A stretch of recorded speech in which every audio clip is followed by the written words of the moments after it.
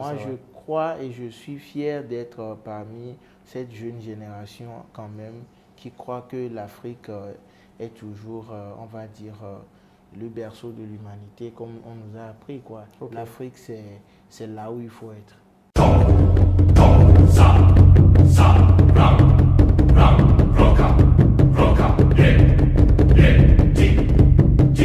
Les amis, aujourd'hui, je suis avec un jeune très passionnant et très inspirant.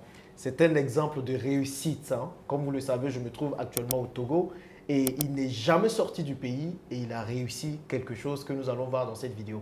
Son objectif, c'est de révolutionner le secteur du véhicule de l'automobile ici à Lomé et au Togo en général. Il veut permettre à tous les Togolais d'avoir des véhicules pour pouvoir faire leurs différentes activités. On va l'interviewer, je vais le laisser se présenter lui-même et je vous invite à suivre cette vidéo vraiment jusqu'à la fin parce que Loïc ou Sitou est passionnant. Il va vous partager vraiment des secrets pour réussir ici en Afrique sans forcément avoir besoin de partir d'ici. Je sais, il y a plusieurs personnes qui disent que quand on part dans la diaspora et qu'on revient, c'est plus facile de réussir. Mais il y a des exemples de réussite ici, qui se sont formés ici et c'est ce que nous allons voir. Loïc, Sitou. Bonjour, bonjour Jean-Yves, bonjour. Merci pour cet honneur que tu me fais. Je suis très content de partager ce moment avec toi. Super. Et surtout de pouvoir t'arracher un peu de ton précieux temps. Bah, c'est moi qui t'arrache un peu aussi de ton temps. Comme on peut voir, on est dans ton bureau flambant, intéressant. Merci. Je ne vais pas me dire du flambant neuf. Ça fait quand même quoi, 1 an que tu t'es lancé dans cette activité? Ça fait 1 an que j'ai ouvert officiellement le bureau. Ok. Mais l'activité en soi-même, ça fait près de 6 ans. 6 ans que tu as déjà. L'activité, une première partie. On va arriver à tout ça. Il est déjà prêt là pour vous expliquer tout. Mais avant, moi, on s'est rencontrés, on a discuté, on est en train de voir comment faire un partenariat. À tous les Togolais, tenez-vous bien parce qu'on va commencer à investir ici avec le Business Club Elite. Donc, on voit déjà des pistes pour pouvoir investir. Est-ce que déjà tu peux te présenter? Qui tu es pour ceux qui ne te connaissent pas? Merci beaucoup. Je suis Kwegato Kosisitu à l'état civil. Loïc, mon petit prénom. Donc, je suis togolais. Et aujourd'hui, je m'apprête à enclencher ma 34e année. Wow. Bon, je suis businessman, plus précisément dans le domaine automobile. C'est ça. Voilà, ça a été mon option. J'y ai cru et aujourd'hui, je suis fier encore de pouvoir avoir entamé ce domaine d'activité. Voilà. Ok. Sitou, ça veut dire quoi? Bon, Sitou, déjà, ça veut dire blessing, bénédiction. D'accord. Voilà, une source de bénédiction, une grande source de bénédiction. Donc tu es béni quoi? Je rends grâce. Okay. Bon, toi tu es né ici, tu as grandi ici, tu n'es pas parti en Occident pour pouvoir réussir. Ouais. Selon toi, on rentre dans le vif du sujet. Qu'est-ce qui t'a permis de réussir en Afrique? Parce que certains disent que c'est totalement impossible de réussir ici et que l'une des seules façons de réussir, c'est de partir à l'étranger. Qu'est-ce que tu dis par rapport à ça en suivant ton exemple? Merci déjà pour la question. Moi, je dirais toujours qu'il y a un adage de chez nous qui dit que, je vais essayer de traduire en français, et lorsque tu prends un lézard ici et que tu l'envoies en Europe, il ne devient pas un caïman, mais il reste toujours lézard, sauf que c'est sa peau peut-être qui va changer. Alors, c'est de dire que la première chose pour moi, c'est vraiment l'envie de réussir. C'est ça. Tu commences par l'envie de réussir. Lorsque vous avez envie de réussir, certes, vous allez avoir des situations qui vont se présenter à chaque étape de votre élévation. Mais je pense que toutes ces situations, en réalité, vous forment pour le domaine que vous voulez enclencher et surtout pour le terrain sur lequel vous allez exercer. C'est ça. Je suis de ceux qui pensent que rien n'est impossible. Tant qu'on veut et qu'on se donne vraiment les moyens d'y arriver, je pense qu'il n'y a rien qui est impossible. Donc dans mon cas, c'est vraiment beaucoup de courage et la providence également, parce que vous savez, en Afrique, nous avons aussi cette petite touche de croyance, mais je vais vous dire que c'est d'abord et avant tout votre travail. Vous devez vraiment avoir un plan, une vision, et lorsque vous gardez cet objectif, vous savez, quoi qu'il en soit, désolé, vous allez forcément y arriver. Okay. C'est comme ça. Et comment tu te lances dans l'entrepreneuriat? À quel âge tu te lances dans l'entrepreneuriat? Comment tu débutes dedans? Est-ce que tu as été salarié avant, ensuite entrepreneur? Est-ce que tu peux un peu nous raconter ton parcours? Exactement. Il faut dire que déjà, le parcours en soi, vous savez, c'est toujours des hauts et des bas. C'est ça. Alors, moi, déjà, quand j'étais en deuxième année BTS, j'étais, on va dire, j'étais un petit entrepreneur, c'est-à-dire que je cherchais déjà des cravates, des petits trucs, des chemises que je vendais, histoire de pouvoir avoir quand même un certain niveau de vie décent. Ok. Donc, pendant que j'allais à l'école, j'avais toujours l'habitude, à mes pauses, de sortir avec un gros sac. D'ailleurs, moi, surnommé l'homme au gros sac Adidas. J'avais un Adidas tout noir. Et je le trimballais toujours avec des petits produits dedans, des choses pour les femmes, également pour les hommes. Là, tu avais quel âge à cette époque? On parlait de 19 ans, 19 ans, d'accord. Donc, quand tu partais à l'université, oui, en ce moment, donc c'était un peu mon petit à côté. Ça me permettrait de pouvoir de joindre les bouts. Mais après, j'ai compris que en réalité, c'était plus pour moi. Ce n'était pas juste un moyen pour pouvoir joindre les deux bouts, mais c'était aussi quelque chose que j'avais en moi. Cette envie-là de pouvoir servir l'autre, de pouvoir lui proposer quelque chose qui peut répondre à un besoin. Donc, je me suis, on va dire, inspiré de grandes personnalités, des gens qui ont réussi. Je les suivais beaucoup. Je peux citer aujourd'hui ceux que l'on connaît tous, les Aliko Dangote, même si c'est à une grande échelle. Mais il y avait des jeunes aussi déjà qui bougeaient dans le temps et que je voyais quand même prospérer. Donc, j'ai commencé déjà à vendre du café quand j'avais déjà ma licence, oui. J'avais un petit boulot à côté, donc je vendais du café. Pour moi, j'étais en ce moment vendeur, représentant, placier, comme on les appelle les VRP. Donc, il fallait faire tout pour que sur chaque étalage, j'étais entre le tronçon baie et puis à Kolesera, pour ceux qui connaissent un peu le Togo. Et je mettais sur chaque étalage une boîte de stick Nescafé. Et c'est ce que j'ai fait pendant 9 mois. Et de là, j'ai quitté ce domaine. Je me suis mis aussi à toucher à l'informatique. J'ai travaillé à la société SNT en tant qu'assistant commercial. J'ai fait ce parcours aussi pendant encore près d'1 an. Et après, bon, j'ai fait le grand saut. J'ai fait un saut à la BOAD pour un stage. Et de là, j'ai fait aussi un peu les finances. Wow, ça fait beaucoup quand même. Tu as touché un peu à tout, quoi. Exactement. Et en fait, c'est ces différentes perspectives, ces différentes expériences qui m'ont amené à comprendre que, bon, le travail au bureau, c'est un très bon travail, mais en réalité... Qu'est-ce que tu entends par travail au bureau? Parce que certaines personnes ne vont pas savoir c'est quoi. Je vais être salarié, quoi. Entre guillemets, le salarié à la cravate. Ça. Donc, c'est très bien, mais je me dis que en réalité, ceux qui amenaient l'argent, ceux dont on traitait leur argent, c'était vraiment des gens qui étaient entre guillemets sous le soleil, quoi. C'est ça. C'est sur le terrain que ça se passe. Je me suis dit, bon, il était temps que je puisse aussi commencer par entreprendre. Et j'ai tout de suite regardé quelle était ma passion. C'est ça. Et ma passion, entre-temps, il faut rappeler qu'après la finance, j'ai fait 4 ans dans l'agroalimentaire. J'ai vendu des glaces particulièrement. Et de là, je me suis tourné vers ma passion qui est l'automobile. Donc, j'ai compris. Donc, tu étais déjà un fan de voitures à la base? Un grand fan de voitures. Et je les voyais, mais je ne pouvais pas les toucher. C'est ça. Mais je me suis dit, bon, il faut que je commence quelque chose.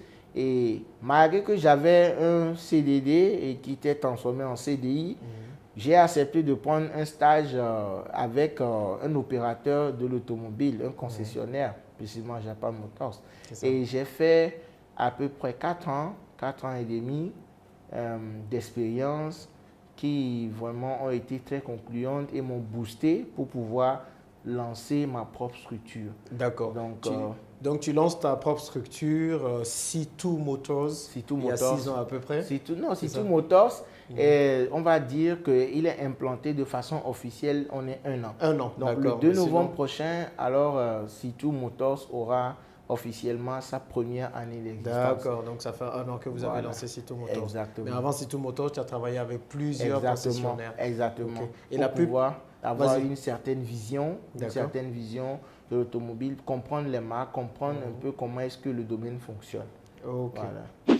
Mais tu te lances dans l'automobile, tu lances C2 Motors, c'est souvent un secteur qui est géré par des étrangers. Exactement. Vous voyez, tu vas prendre Japan Motors ou bien des histoires comme les Peugeot et tout. Exactement. Tu t'es pas dit que toi, en tant qu'Africain jeune, tu te lances dedans, ça va être problématique? Je pense que c'était là même aussi ma grande force. Ah bon? Parce que je me disais que, en réalité, il était temps que ceux qui sont les nôtres, je veux dire nous-mêmes, on puisse avoir une maison. C'est ça. Et même dans ma petitesse, je croyais très fort en ça. Je me dis, non, il ne faut pas que ce domaine soit un domaine qui soit délaissé, laissé seulement à des gens qui viennent de l'étranger, les expatriés.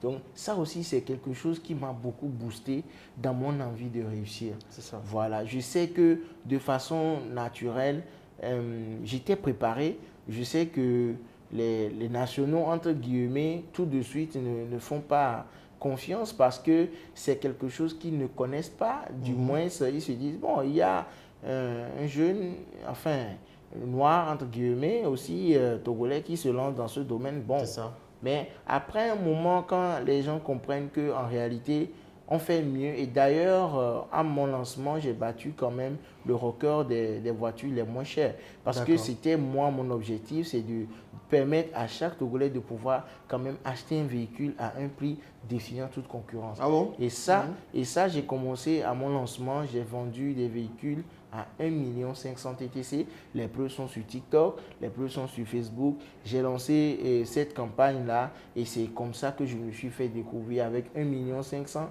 vous avez un véhicule jusqu'à la plaque. De quel âge? Et c'était des véhicules de 2004 jusqu'à 2007. De 2004 à 2007, c'était les Kia Picanto, c'était les Hyundai Getz, c'était les Ford Focus, c'était les Opel Astra. Et j'avais également même vendu des Toyota Yaris de portière manuelle à ce prix. J'ai même vendu des Nissan Micra 2009 à 1 500 000. Et les gens n'y croyaient pas en fait. Parce que quand la personne nous appelle, vous dit, mais vous êtes sûr, OTAS ou TTC? Non, TTC. Donc quand la personne vient et qu'on l'amène au parc et qu'il regarde, il choisit. Bon, en payant même, je me dis, il y avait des gens qui disaient, bon, ok, cette voiture-là, bon, ok, on attend. Et à la livraison, ils se disent, mais attends, si tu viens avec quelque chose de bien là. Donc, je n'ai pas eu peur. Et franchement, dans cette démarche, j'étais préparé. Je savais que ça n'allait pas être facile. C'est quelque chose de nouveau que j'essaie d'imprimer. Alors, j'ai mis ce qu'il me fallait. Moi-même, mon courage et toute ma foi.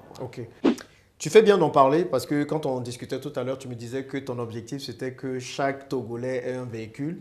Et que c'est quoi? Avec 2 millions, on peut avoir un véhicule, tu vois.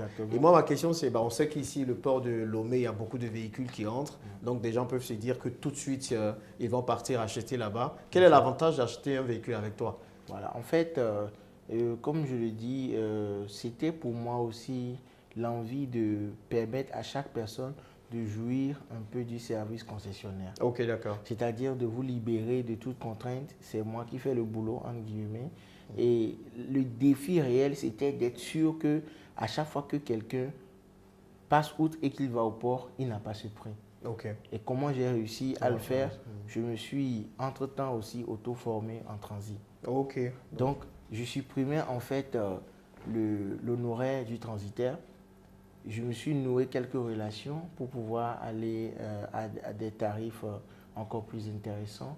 Et j'ai priorisé pour moi plutôt, on va dire, les partenariats que la concurrence. Donc, ce qui fait que pour peut-être un véhicule que vous irez vous-même, vous demandez d'après, on vous dit 1 200 000 par exemple.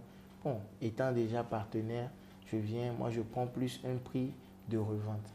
Donc là, peut-être je me retrouve à 900 000 ou à 1 million. Donc, c'est vraiment difficile. Bon, l'impossible n'existe pas, mais c'est très difficile donc d'aller soi-même et de se retrouver avec cet tarif. Et dire que comment je prends le véhicule, je ne vous le livre pas en même temps comme ça. J'essaie de voir s'il y a des petites corrections à faire sur le véhicule.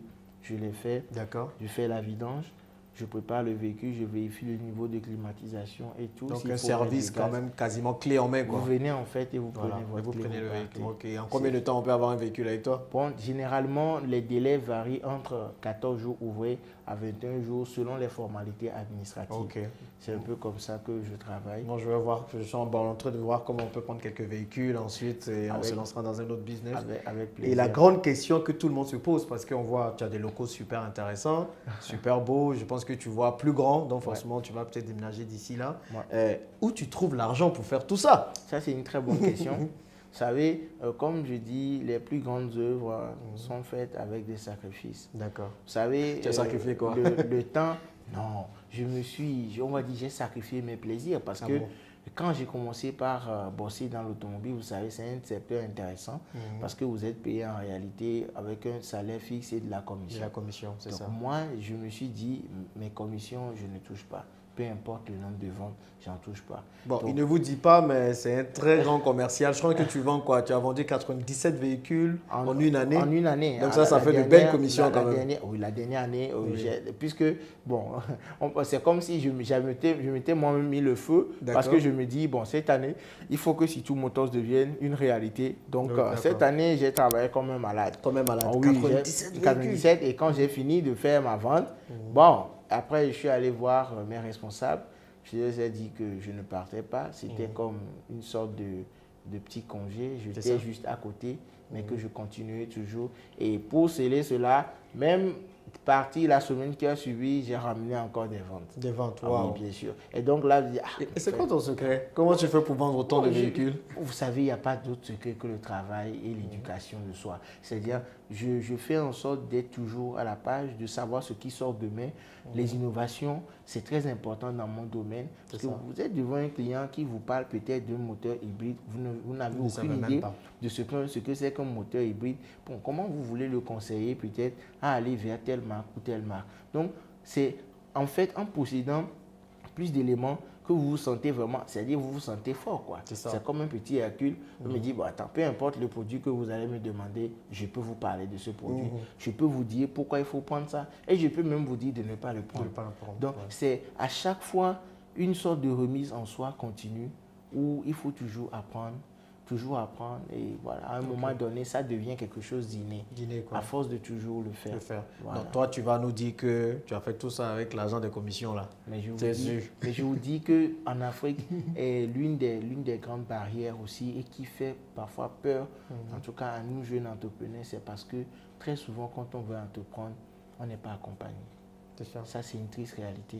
Vous n'avez pas d'accompagnement, vous n'en avez pas. Tout le monde est laissé à lui-même. Vous allez dans une banque. Déjà, en ayant fait un peu dans la banque et un peu dans les microfinances, bon, les microfinances, certes, vous accompagnent, mais à quel taux? Vous allez avec une microfinance aujourd'hui, vous n'avez pas, je vous donne un topo, vous ne pouvez pas aller aujourd'hui prendre facilement 10 millions dans une microfinance pour un premier prêt, ce n'est pas possible. Vous avez des limitations. Moi, les véhicules débutent chez moi à partir de 2 millions. Pour avoir 2 millions de prêts, il vous faut forcément avoir le tiers, c'est-à-dire au moins 700 ou 800 000 pour qu'on puisse vous donner le triple. Et voilà. Et vous devez avoir, il y a encore un autre souci, c'est la caution. Bon, en Afrique, toi tu es nouveau et que tu veux entreprendre, et qui veut te cautionner? En fait, personne. Parce qu'il se dit, mais bon, c'est vrai qu'il a de l'ambition, mais s'il ne paye pas, c'est moi qui suis obligé de payer. Donc, il y a tellement de barrières que les accompagnements ne sont pas aussi faciles. Et quand vous allez même dans une institution financière et qu'on sait que vous êtes à vos débuts, c'est difficile de vous accorder un prêt. Et moi, mon secteur d'activité, il est vraiment osé parce que pour pouvoir entreprendre dans ce domaine, il vous faut des finances. C'est ça. Mais une voiture, je dis le minimum, c'est 2 millions. On ne veut pas dire le maximum. Le maximum, moi, je suis un grand fan de Bugatti.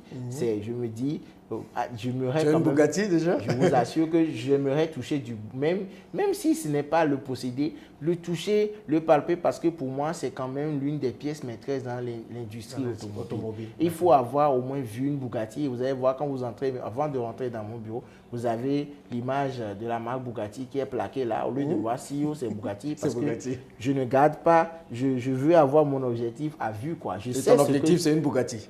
Je vous assure, qu'est-ce que ça va t'apporter, une Bugatti? Ça ne va pas m'apporter peut-être quelque chose de très palpable, mais parce que c'est une question de feeling. Ça va m'apporter un certain réconfort de voir qu'un rêve, en fait, peut devenir réalité. Bon, c'est de se dire aussi de façon raisonnable que je préfère viser une Bugatti et avoir à la fin une Ferrari tout en ayant quand même une fois roulé une Bugatti que de viser par exemple une C-classe et de rester sur une Toyota. Donc je me dis, à chaque fois que je vois que mes objectifs sont énormes, je ne peux pas dormir. C'est clair, il faut charbonner pour pouvoir atteindre tes objectifs. Voilà, et c'est ça. Donc comme je vous l'ai dit, c'est difficile à croire, mais bon, les choses sont parfois organisées pour vous décourager, mais quand tu sais là où tu vas, on dit celui qui va le ménage sa monture. Tu sais que ton domaine est particulier. Il faut faire un inventaire de toutes les situations autour et te dire, le problème c'est que, est-ce que c'est ce que tu es? Quand le travail que tu fais, c'est quelque chose qui te passionne, tu n'as plus d'obstacles. Tu ne peux que réussir. C'est ce que j'aime. Je ne peux pas être charpentier. Pas parce que être charpentier, ce n'est pas une bonne chose. C'est juste pas ton talent, c'est juste pas ton feeling. C'est ma passion. Ta passion. Mais il y a quelque chose aussi qui est très important qu'il faut dire, c'est que si l'ambition que vous avez, c'est d'être juste riche, c'est très fort probable que vous n'allez pas réussir. Mais à chaque fois que vous cherchez à répondre à une solution, en fait, à une question plutôt, vous apportez une solution à un problème. Quel est le problème? Il y a trop d'accidents de circulation. La plupart, c'est avec les motos. Un jeune, quand il sort, il commence un travail à 200 000, à 150 000. Il n'a pas les moyens pour pouvoir acheter une voiture peut-être neuve à 6 millions. Mais les voitures, on peut en avoir à 2 millions. Si ce jeune qui commence aujourd'hui arrive à avoir un contrat à durée déterminée, même si c'est un accompagnement qu'il a derrière, il suffit juste que sa société l'autorise, passe par une microfinance ou bien un organisme financier, enfin décentralisé, qui peut l'aider à avoir ce montant et pouvoir l'amortir.